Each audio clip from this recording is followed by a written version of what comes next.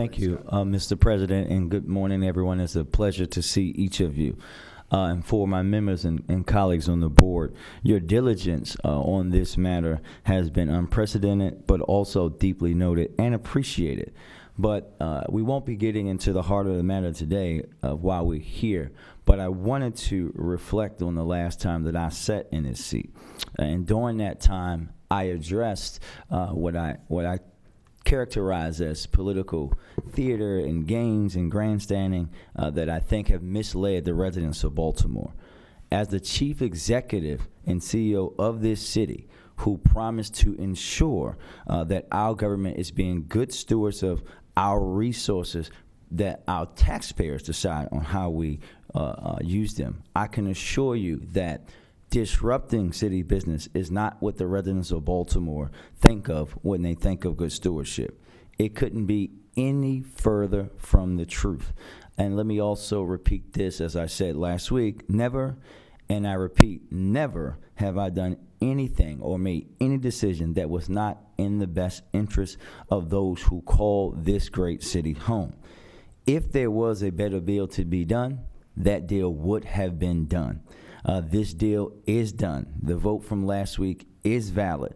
The residents of Baltimore will save money on their utility bills. Had we delayed any longer, we would have denied our residents and ratepayers over $50 million in savings and BGE rate increases. And as public servants, we are charged with moving the city forward. And and you all know that I don't expect us to always agree, that means that we have to do what we're required to do, and that's show up for our residents every day.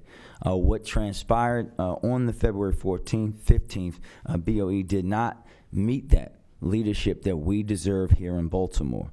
We deserve a board that shows up and has the tough conversations and make the difficult decisions and follows all of the rules. When we don't do that, we put critical services and things at risk, like last week where we had our Ron White funds that deals with our residents who have HIV and AIDS that were put at risk with HRSA requirements. And I want to be very clear about the rules, that the BOE rules are written so that not one person can stop city businesses.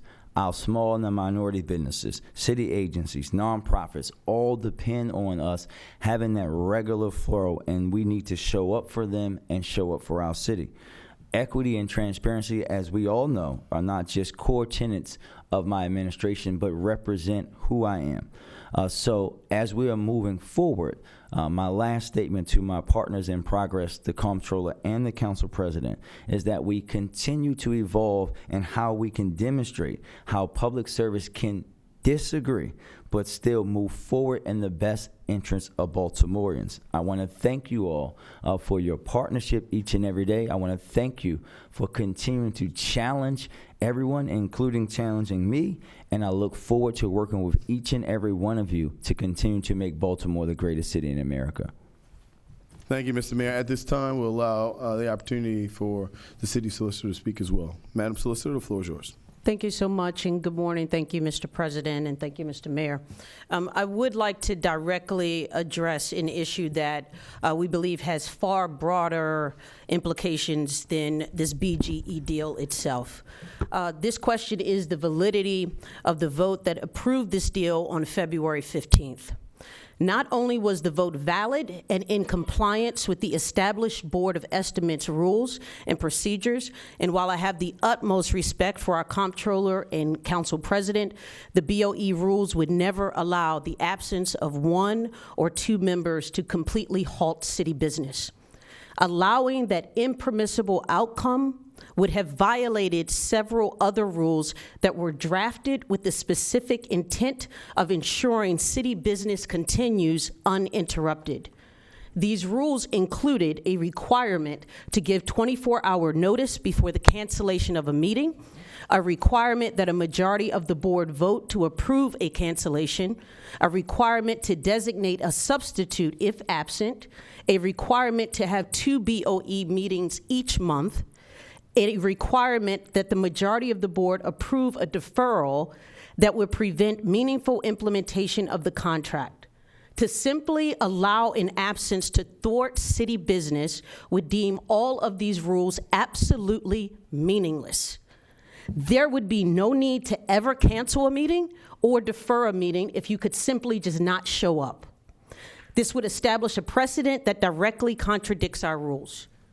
On February 15th, our Madam Clerk was instructed to read at the beginning of the meeting that the Council President and Comptroller would not enter the room to vote, and stated they were intentionally absent and therefore not voting on any items that day.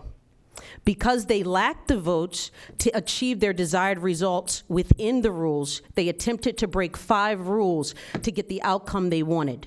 However, our rules are not interpreted or read in a vacuum, but rather interpreted as a whole.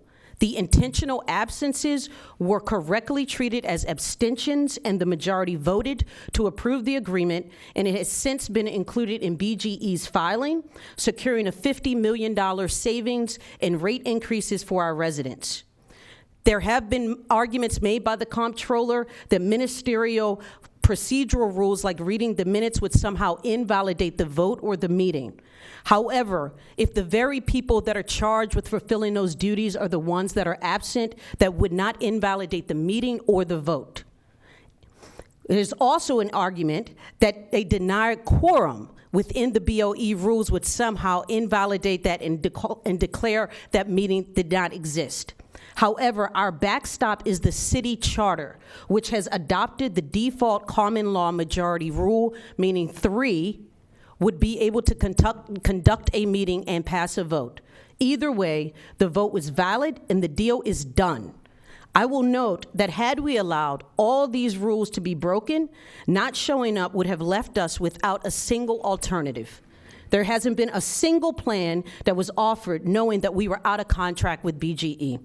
All we've heard is to keep the status quo and to simply charge BGE higher rates. However, this blanket suggestion fails to consider the implications on our residents. But we can now quantify that the status quo would have cost our residents in excess of $50 million more in their BGE rates during a time when many of us are already struggling with inflation. Not understanding that if we were sued, and even if we were successful in litigation, those increased rates would be passed on directly to our residents as even higher BGE bills. Here, forming a creative deal structure that aligned our interests to create a successful private-public partnership, we saved our residents from an additional $50 million impact on rates, while raising the investment in our conduit system by over $6.5 million per year more, while allowing us to retain approximately $10 million annually in maintenance fees, transferring the administrative cost and liability from the city to BGE, while retaining 100% ownership of the conduit as required in our 2022 charter amendment. Now that this deal is approved, we will receive an upfront $14 million lump sum payment, which means this year in 2023, we will get the benefit of capital improvements both from the city and BGE. Our rules preserved all of these benefits for our residents. And on February 15th, we carried out the intent of the procedures and process and kept our city moving forward. Thank you, Mr. President.